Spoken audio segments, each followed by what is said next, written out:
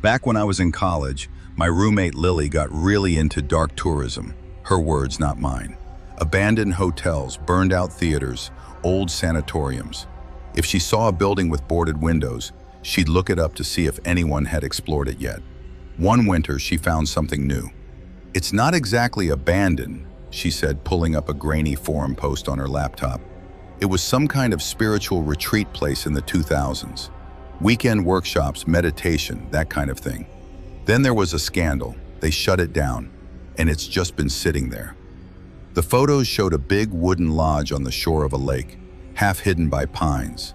The sign out front in one picture read, "Glass Lake Retreating Center," some of the letters hanging crooked. There weren't many details, just rumors in the comments. Staff disappearing, weird rituals, financial fraud, someone found dead on the property. No official article links, no confirmation. "Cool," I said. "So you want to drive 2 hours to break into a cult cabin?" Lily grinned. "Exactly." We picked a Sunday, left before noon. The sky was that flat winter gray that makes everything feel like early evening. The further we drove, the fewer houses we saw. Eventually, our directions took us onto a cracked, narrow road lined with trees. We passed a faded wooden sign that once had information nailed to it, now blank. After a few more bends, we saw the front gate. It was open, not wide, just enough that a car could squeeze through. The old metal sign was still attached. "Private property, no entry." A faded logo underneath. A stylized circle with rays coming out of it. Lily slowed down. "See? It's fine. Nobody cares." That was definitely not what the open gate said to me, but we went in anyway. The main lodge came into view between the trees. It was larger than I expected, 3 stories tall with a steep roof and big windows facing the lake. Or what used to be windows. Most were cracked or covered in grime. We parked behind a line of mossy stone planters to keep the car out of sight from the road and made a quick loop around the building first, checking for any signs of recent activity. No fresh tire tracks in the slush, no footprints, no lights. Up close, the place reeked of mold and wet wood. Paint peeled in long curls from the porch railings. A wind chime made of shells and metal discs still hung by one door, clinking softly. The main entrance was locked, but a side door near what looked like the kitchen was slightly ajar, wood swollen from years of damp. Inside, it was strangely intact. Tables and chairs stacked along one wall, a faded banner still tacked up above the dining area. "Welcome to your inner journey." Dust coated everything. A row of ceramic mugs with little sun symbols printed on them lined a shelf. "It's like they just left," Lily murmured. We moved carefully, trying not to disturb too much. On one wall, there was a bulletin board with schedules still pinned up. 7 a.m., lake meditation. 9 a.m., group session. B, 1 p.m., silence walk. 8 p.m., night of reflection, mandatory. The dates were from 2004. The deeper we went into the building, the colder it got. We checked a few guest rooms on the second floor. Bunk beds neatly made, little affirmation cards on the nightstands with phrases like, "You are exactly where you need to be." One door at the end of the hall had a different sign, "Staff only, Sangha room." Of course, that was the one Lily wanted to see. The door wasn't locked. The room beyond it was bare except for a low table in the center and shelves along the walls. There were no chairs, just cushions in a circle. On the shelves, instead of books or candles, there were boxes. Dozens of identical cardboard boxes, each labeled with a date and a first name in marker. "Are those files?" I asked. Lily opened one. Inside were photos and handwritten pages. A woman smiling in front of the lake. A letter that began, "Dear Inner Guide," and devolved into dense paragraphs about trauma and surrender. "Therapy retreat my ass," Lily muttered. "This is a goldmine for blackmail." The air in that room felt heavier than the rest of the lodge. The silence pressed on my ears. "Let's go downstairs," I said. The basement door was off the main corridor, half hidden behind a hanging tapestry. When Lily pulled it aside, A wave of cold air rose up. The light switch didn't work, so we used our phone flashlights. The stairs were concrete, damp and slick in places. At the bottom, the space opened into a broad, low-ceilinged room. The walls were bare stone. The only furniture were benches pushed against the sides and a circle of wooden stools in the center. There were 8 of them. Unlike everything else in the building, they weren't dusty. The floor around them had faint scuff marks like chairs dragged recently. "Okay, that's creepy," I said quietly. Lily walked around the circle frowning. Maybe workers came through? Inspectors? In winter, with no power? There was something else in that room too, a feeling that we weren't supposed to be there in a way that went beyond trespassing, like we'd walked into the middle of a conversation we couldn't hear.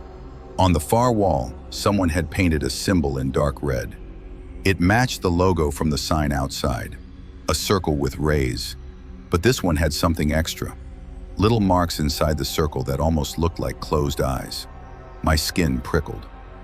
"Let's get a few shots and go," Lily said, but her voice had lost some of its enthusiasm. We had just turned to head back to the stairs when a sound came from above us. Footsteps. Clear, slow footsteps crossing the floor directly over the basement. Not the groan of an old building settling. Actual weight shifting from board to board. We froze. The steps went past, then doubled back. They stopped exactly over the top of the basement stairs. Lily turned her flashlight off. A second later, I did the same. The darkness swallowed us. I could hear my own breathing too loudly. The basement door at the top of the stairs creaked. Not all the way open, just enough. We didn't move, too afraid that any sound would betray us. For maybe 30 seconds, there was nothing but our hearts pounding. Then, quietly, someone began to descend the stairs. The sound of shoes on concrete, not boots, not bare feet, soft-soled shoes, each step deliberate. There was no light from above, no flashlight beam swinging, but the air seemed to press closer with every footstep. I grabbed Lily's wrist in the dark. I felt her shaking. The steps reached the bottom and stopped. Whoever it was stood just out of reach, breathing. I could hear it now, slow and measured, not out of breath like someone who'd been rushing around. We were crouched near the far wall, behind the circle of stools. If they took even a few steps forward and swept a light around, they'd see us instantly. "Don't say anything," I mouthed, though I doubted she could see. The breathing moved, just slightly. Then the sound of wood scraping against concrete. They were adjusting one of the stools. Another scrape. Another stool moved. It went on like that, slow and methodical. At one point, one of the stools tipped and fell over with a sharp crack. I flinched so hard I almost lost my grip on my phone. The breathing stopped. The silence that followed was worse than any noise. I imagined a head turning in our direction, eyes straining in the dark. Minutes stretched. My legs began to ache. I didn't dare shift my weight. Then, without warning, the footsteps started again. This time, moving back toward the stairs. One step, another, and another. Upward. The door creaked again. Closed. We waited. 5 minutes. 10. Time lost all meaning. Eventually, Lily whispered, "We can't stay here." We turned our flashlights on, shielding the beams with our hands so they only lit a small patch of floor. The circle of stools had been rearranged. There were now 7 in the ring, and one placed outside of it, a few feet back, facing the others. It was almost like someone had set an extra seat for a latecomer. Neither of us said anything. We just moved. We crept up the stairs, stopping halfway to listen. No voices, no footfalls, no doors closing. At the top, the door was shut but not latched. I nudged it with my shoulder and peered into the corridor. Empty. We walked as fast as we could without breaking into a run, past the staff room, past the dining area with its cheerful banner, out the side door into the gray afternoon. Only when we were in the car, doors locked, engine on, did Lily speak. "I didn't see any other cars when we drove in," she said. "Did you?" I hadn't, and as we rolled back toward the road, I didn't see any fresh tire tracks either. just our own, half filling with slush. We didn't report that one either. What would we even say? Someone might be using an abandoned retreat center for something. A month later, out of morbid curiosity, I tried to look up Glass Lake Retreat Center again. The forum post Lily had found was gone. The photo links were dead. When I searched the name, the only result was an old, cached brochure PDF with no contact info. Sometimes I dream about that basement, about the circle of stools and the one set off to the side, waiting. In the dream, I'm always sitting in that extra chair, and whoever is standing in the dark with me is finally ready to start the session. This happened about 3 years ago, and I still get a tight feeling in my stomach when I smell gasoline. Where I grew up, there was a long stretch of road bordered by apple orchards on both sides. Families went there in fall for photos and cider. But if you drove past the public farm stands and kept going, the road got emptier, the trees denser, the houses fewer and farther between. Past a certain point, people just stopped going there unless they lived nearby. My two friends, I'll call them Ben and Lucas, and I used to fish in the creek that ran behind one of the older orchards. Technically, it was private property, but nobody ever bothered us. The old man who owned the place had died years ago, and his relatives apparently lived out of state. At least that's what everyone said. One humid Saturday, we parked at our usual roadside spot and cut through the trees with our gear. The plan was simple: a few hours of fishing, then back before dark. We followed the faint dirt track down to the creek, talking about nothing special. We never made it to the water. About halfway there, Lucas veered slightly off the usual path. "Hey, did you guys ever see this?" he called back. When I caught up, I saw what he meant. The tree line opened into a shallow dip in the ground, and beyond that, tucked behind a row of half-dead apple trees, was a chain-link fence we'd never noticed before. Vines were growing up through it, and there was no sign or barbed wire, just a sagging metal gate secured with a cheap-looking padlock. Behind it, I saw shapes, big, dark shapes. "Storage yard?" Ben guessed. We walked closer. The padlock was closed, but the metal post it hooked onto was so rusted that Lucas barely touched it, and the whole thing snapped free. We exchanged the usual look that three dumb young guys give each other before doing something they shouldn't. Inside, the ground was churned mud and gravel. On the left were stacks of tires taller than any of us. On the right, a row of boxy shapes covered in dirty tarps. I thought they were sheds until the wind flipped up one corner, revealing a wheel and a door handle. "Dude," Ben breathed, "these are cars." He pulled the tarp back a little more. It was a black SUV, the kind that cost more than all three of us made in a year combined. The windows were painted over from the inside. We walked down the line. Under each tarp was another vehicle. Some looked smashed in like they'd been in major accidents. Some looked brand new except for missing license plates. One had the steering wheel removed. There were also boat trailers, motorbikes, ATVs with their plastic panels ripped off. All of it felt wrong. Not like a junkyard, not organized. More like everything had been dragged here quickly and shoved wherever there was space. "Is this like some insurance scam?"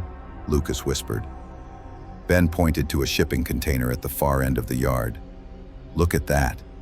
It was huge, faded red with no markings, sitting slightly crooked on concrete blocks. The doors were chained shut with a heavier lock than the one on the gate. Around it, the ground was darker, stained in irregular patches. For the first time, I got that crawling feeling in my stomach.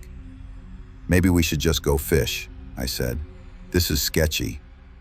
Lucas was already walking toward the container. Just a peek. We all knew we weren't going to open it. None of us wanted to deal with what might be inside. But we circled it anyway, looking for vents or gaps.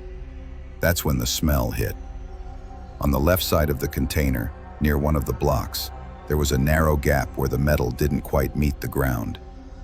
Hot air leaked out from it. It smelled like gasoline and something sweeter underneath, something sour and rotten at the same time. Ben swore and backed away, covering his nose. "Okay, yeah, we're out," I said. "Seriously." We were about to head back toward the gate when we heard an engine. Not on the road, but somewhere deeper in the trees behind the yard. A rough, growling sound getting closer. Instinctively, we dropped down behind a stack of tires. The engine cut off. For a second, all I heard was my heartbeat in my ears, then branches snapping, footsteps, voices. I couldn't make out what they were saying at first, just low muttering and the occasional short, sharp laugh. At least 3 people, maybe more. The gate squealed. Through a thin gap between the tires, I saw 2 men and a woman come in. The woman walked like she was in charge, fast, not looking around. She headed straight for the shipping container while one of the men peeled off toward the tarped vehicles. The third person, a shorter guy with a baseball cap, stayed by the gate, smoking. The woman reached into her jacket, took out a key, and started unlocking the chain on the container. I couldn't see her face from that angle, just her hands. They were shaking. The man who'd gone toward the cars tugged a tarp off one of them, a silver sedan with its trunk lid already open. He started talking in a low, irritated voice. The woman snapped something back. Then, from inside the shipping container, something thumped. Not loudly, not like a dropped tool, more like someone weakly bumping into a wall. I told myself it was imagination, an echo, anything else. The woman froze with her hand on the door. The man near the car stopped talking. The guy by the gate flicked his cigarette away and stood up straighter. The thump came again, then a muffled sound. I will hear in my head forever. It might have been crying. It might have been someone trying to yell with a hand over their mouth. The woman slammed the door shut instead of opening it. She locked the chain back in place with quick, practiced movements. "Not today," I heard her say clearly. "He can wait." Ben's hand dug into my arm so hard his nails left marks. None of us dared move. We were trapped between stacks of tires and tarped vehicles, with only a few meters of open ground between us and them. I don't know how long we crouched there, barely breathing. The 3 of them moved around the yard, checking things.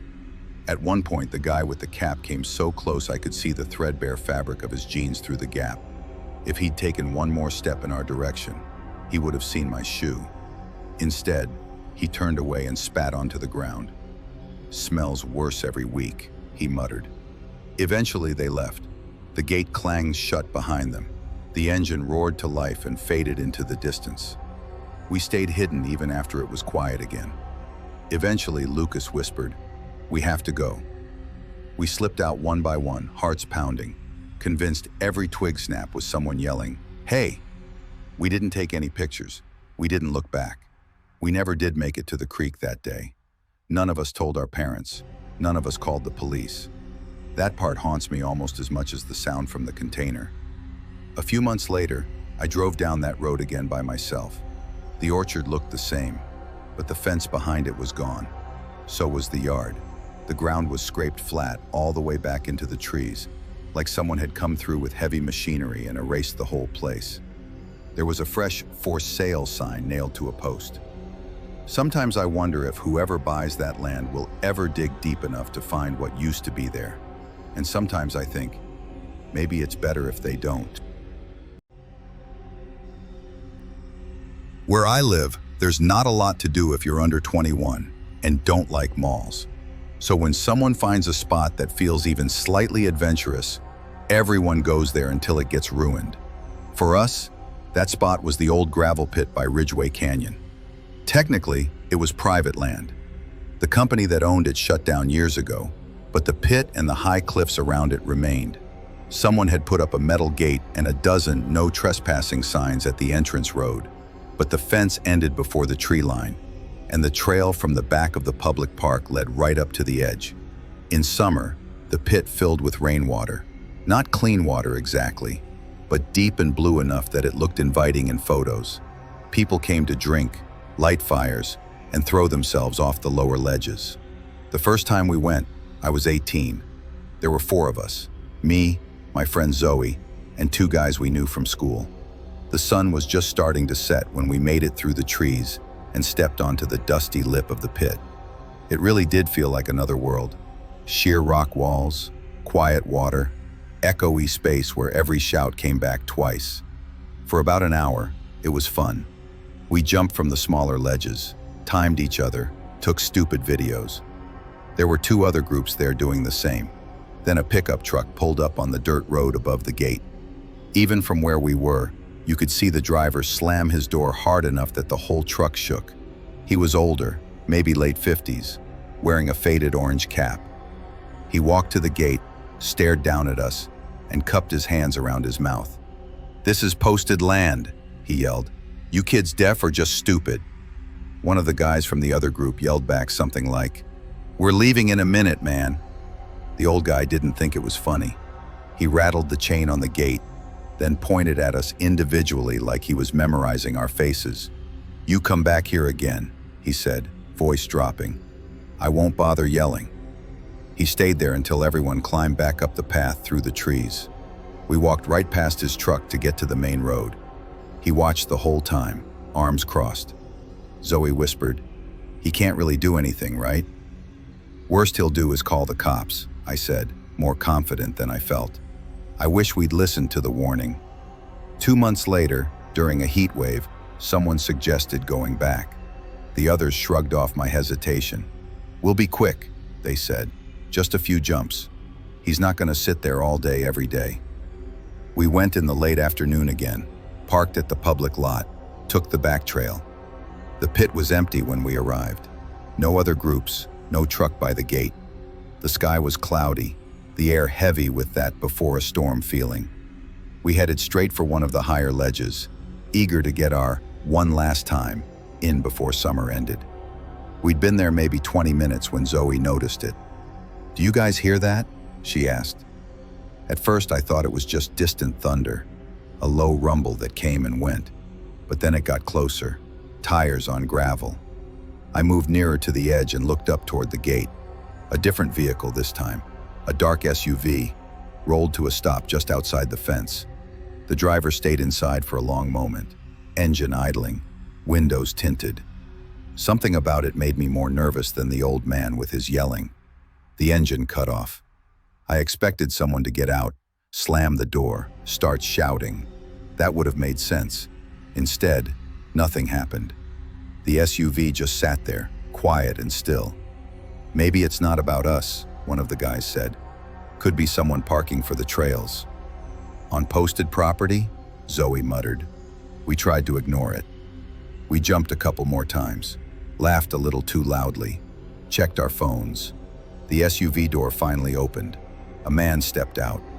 He was wearing jeans and a dark jacket despite the heat. He didn't say anything.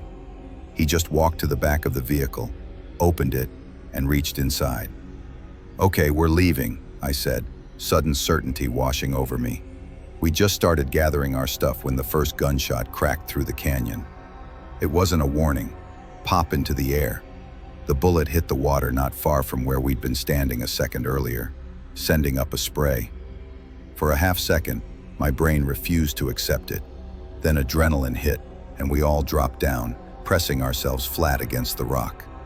Another shot. This one hit higher, somewhere on the wall, raining chips of stone down on us. I risked a glance up the slope. The man wasn't near the SUV anymore. He'd moved along the fence line, rifle up, looking down into the pit like he was trying to flush out animals. "What do we do?" Zoe hissed, her voice on the edge of panic. The only way out was the narrow path along the rock that led back to the tree line. It was completely exposed to the ridge where he stood. A third shot hit the water even closer, the echo bouncing around until it felt like there were 10 rifles instead of one. "He's not shooting at us," one of the guys whispered, as if that made it safer. "He's just trying to scare us off." "Then let's get scared off," I snapped. We waited for a gap, a few seconds of silence that felt like hours. Then we moved. We didn't stand upright. We half crawled, half ran along the rock ledge, backpacks banging against our sides. My legs felt like jelly. I kept expecting to feel a hot punch in my back at any second. Another shot cracked above us, then another. One of them hit somewhere behind us, close enough that I felt a sting on my calf where a fragment of rock nicked my skin. By some miracle, we reached the break in the wall where the scraggly path climbed toward the trees. We bolted into the brush, branches whipping our arms and faces, lungs burning. We didn't stop until we were deep in the woods with no clear line of sight to the pit. Only then did we collapse behind a fallen log, gasping. Zoe's face was streaked with dirt and tears. One of the guys kept repeating, "He can't legally do that. He can't legally do that," like a mantra that would make it less real. We made it back to the public lot in about half the time it usually took. The whole walk I kept glancing through the trees, expecting to see the SUV show up on the road behind us. It never did. We talked about going to the police, but what would we say exactly? We trespassed on posted land and the owner shot at the water near us. No names, no plate number, no proof. We didn't go back after that, not once. Every now and then I see photos show up on social media. New kids making the same hike, posing at the edge of that same pit, smiling at the camera with the water behind them. There's never anyone in the background on the ridge, but whenever I see those pictures, I catch myself checking the blurry tree line for the shape of a dark SUV. And I wonder if the man with the rifle is still out there, waiting for someone else to ignore the signs. I've always liked being away from people. When other kids were joining clubs or going to parties, I was the weirdo walking alone with a backpack, a flashlight, and a cheap camera. Urban exploration started as a way to kill time after school. Old factories, closed diners, half-collapsed barns. If it was quiet and forgotten, I wanted to see it. The more I did it, the braver I got. Or maybe just more stupid. One night I was scrolling around satellite view on my laptop, looking at the rural area about an hour outside of my town. That's when I noticed a strange shape next to a dried-up reservoir. A square building with no marked road leading to it, and what looked like a thin concrete line running from the structure directly into the water. There were no recent photos, just a blurry overhead shot. But my brain instantly went, old pump station. I wrote the coordinates down, added it to my weekend list, and forgot about it until a few days later when I had a free Saturday. The drive out there was normal at first. Highway, then smaller roads, then cracked back roads with overgrown ditches. Eventually, my GPS told me to turn onto what was basically just two ruts of dirt between trees. I pulled off to the side before it got too bad and decided to continue on foot. It was late afternoon, the air cold enough that every breath came out visible. I walked for maybe 15 minutes before the trees opened up. The reservoir looked more like a shallow bowl of mud with a sickly puddle of water in the middle. The concrete structure stood on the far side like a cube placed on the lip of the bowl. No windows, just a metal door and a rusted ladder bolted to the outside. The weirdest part was the sound. It was quiet enough that I could hear the wind moving through dead grass, but under that I picked up something else. A faint, dull knocking. One beat, then a pause, then another, almost like someone tapping their knuckles on a pipe. I followed the sound down a slope to where the cracked concrete line entered the ground. Up close, I saw it was a drainage channel, half full of old leaves and broken bottles. At the end, right before it disappeared into dirt, there was a circular opening with a rusted metal grate bolted over it. I crouched down and listened. The tapping was louder here, echoing up from somewhere deep inside the pipe. One knock, 2 seconds. Another knock, perfect rhythm. Too regular to be random water drops. Probably just loose metal, I told myself, but that didn't explain why it sounded deliberate. I should have left it at that. Take a couple of photos, go home, tell myself it was weird and move on. Instead, I walked up the slope toward the building. The metal door had no lock, only a long dead keypad and a handle that squealed when I pulled it. Inside was a single large room, colder than outside. Rows of corroded pipes ran along the walls, meeting in a rusted control panel in the center. A grated floor covered most of the room, and through the gaps I could see darkness below. The tapping was louder in here. I turned off my phone's music so I could listen. One knock, 2 seconds. Another knock. It was coming from under the grate. I stepped carefully, testing my weight on each square of metal. The grate shifted and groaned but didn't give. On the far side of the room, behind the old control panel, I noticed a hatch, a square opening in the floor with a bent metal ladder leading down. Of course I went down. The air got colder on the way. the kind of wet cold that clings to your lungs. At the bottom, my shoes landed on damp concrete. I turned on my flashlight and found myself in a low tunnel that ran beneath the building. The ceiling was so low I had to hunch over. On one wall, a huge rusted pipe disappeared into the concrete. The knocking was coming from somewhere within that pipe, pulsing through the metal. I walked alongside it, running my hand over the rough surface. Every few seconds, the vibrations hit my fingers in sync with the sound. Knock, knock. The pipe ended in a circular junction where several smaller pipes branched off in different directions. One had its cap partially unscrewed, hanging crooked like someone had tried to open it and stopped halfway. The tapping sound was practically inside my skull now, vibrating through the concrete and the air and my teeth. I edged closer to the crooked cap and raised my flashlight. That's when it stopped. The sudden silence made everything louder. My heartbeat, my breathing, a drip somewhere behind me. I held my breath without meaning to. "Hello?" I said, because apparently my brain thought that was smart. The echo of my voice disappeared quickly. No answer. No tapping. I exhaled and reached out to steady the hanging cap with one hand, just to see if it would shift. It did. The metal swung down with a screech that made me flinch. From the darkness inside the pipe, something whispered. It wasn't a full word, more like breath forced through clenched teeth. A high, trembling hiss that almost formed syllables. I stumbled backward, dropping my flashlight. It hit the ground and rolled, beams spinning across the walls. For a second, it lit up the junction behind me. Something was there, pressed flat against the curve of the opposite pipe, half hidden in shadow, was a shape.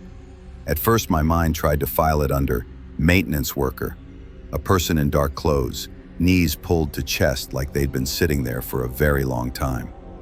But then the head turned toward me. I didn't see eyes or a face. I saw a pale, featureless oval and something wet gleaming where a mouth should have been.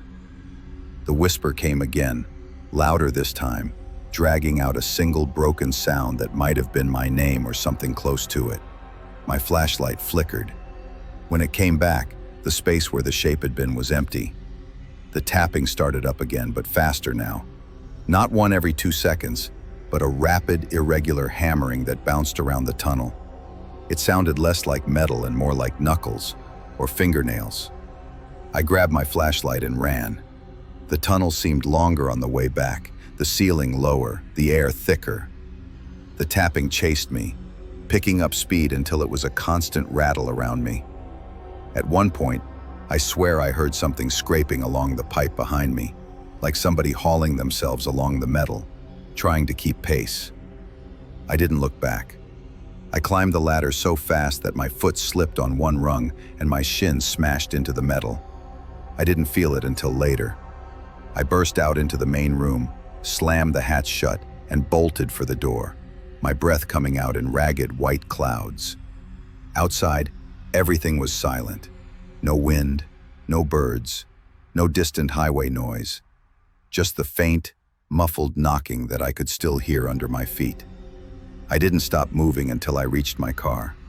I got in, locked the doors like that would help, and just sat there shaking, listening. Even with the engine on, I kept imagining I could hear that tapping under the hum of the car. A week later, I checked satellite view again. I don't know why. Curiosity, maybe.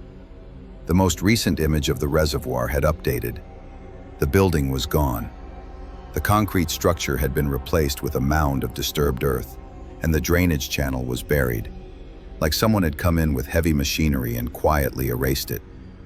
The funny thing is, when I zoomed in as far as I could, I noticed the slightest imperfection in the dirt near where the building had been. A faint, circular pattern, almost like something underneath was pushing up, trying to knock its way out.